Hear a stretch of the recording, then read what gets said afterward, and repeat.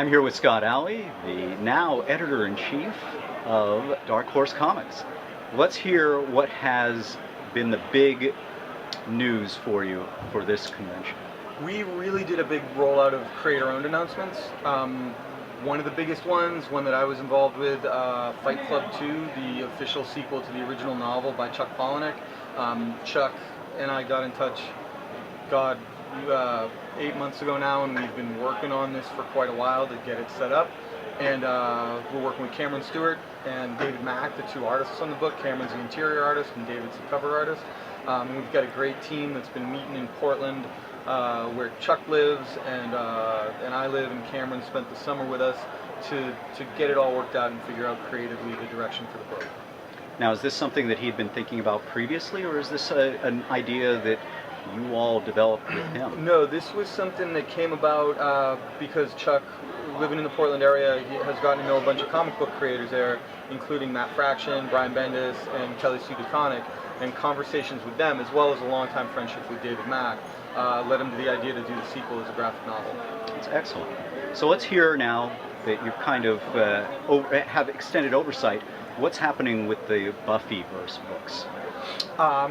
We just did a Spike original graphic novel that we did with James Marsters, a story that he had kicking around for a long time. He wrote it in kind of screenplay format and then adapted it for comics, and we hooked him up with an artist. Derlis Santa Cruz is the artist, who's now also doing a fill-in issue of Angel. So he's sort of worked his way into the Whedon group of books. We recently wrapped up Serenity, and we're kind of working on plans to keep Serenity going, get some more comics out, but there's nothing happening immediately. There's no announcement yet. And then we just have season 10 trucking along. I think issue 5 of Buffy just came out today, and Angel number 5 comes out in a couple of weeks. So we're wrapping up the first story arcs in both of those books. You're going to see over the course of season 10 the way that the stories kind of intertwine with each other.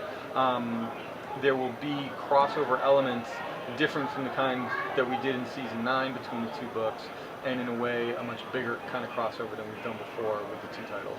Now that your overview is expanded in Dark Horse, do you have a key person that's responsible for keeping track of the particular stuff that you had kept your thumb on?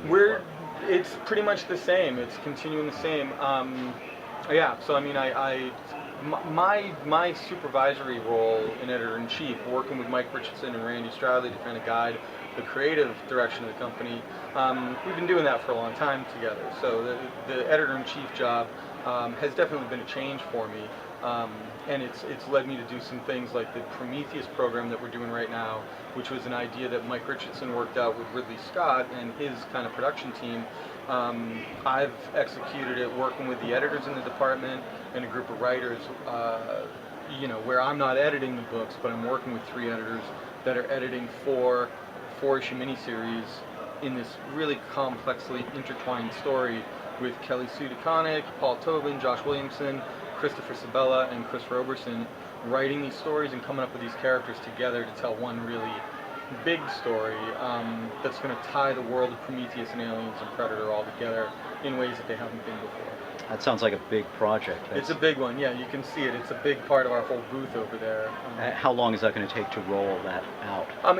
We've been working on it for quite some time now, but the first issue of Prometheus comes out at the beginning of September, and the books all launch in September and October.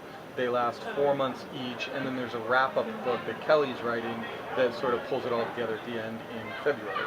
So between September and February, the whole story gets told. Interesting.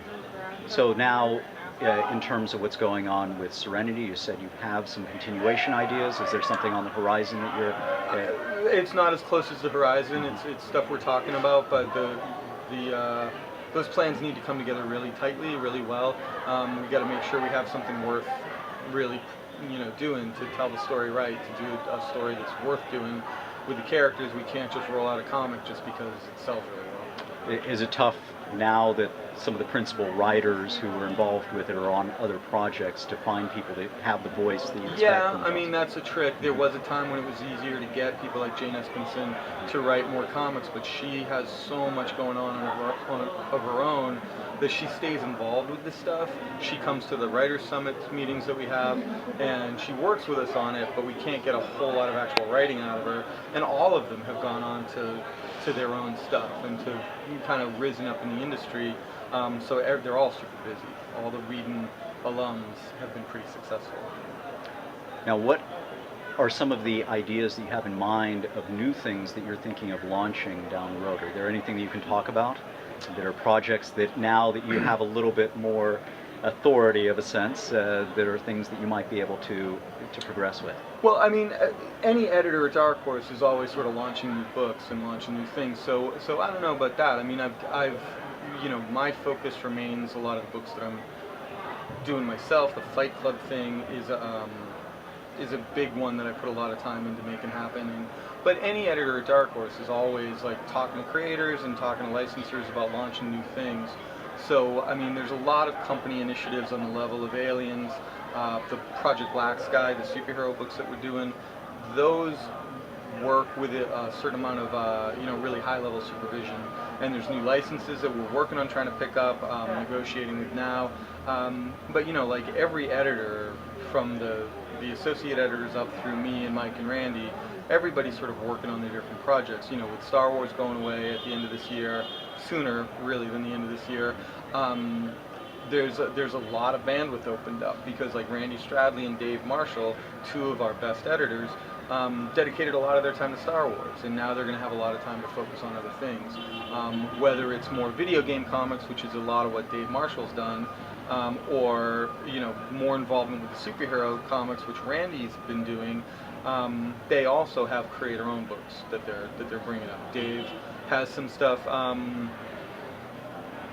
and I can't remember if we've announced this yet. Dave has a creator-owned book that's really exciting. He's been mostly focused on work-for-hire stuff, but he's got a couple creator-owned things happening now. And we're all sort of like working that mix of creator-owned, licensed, and different things like that.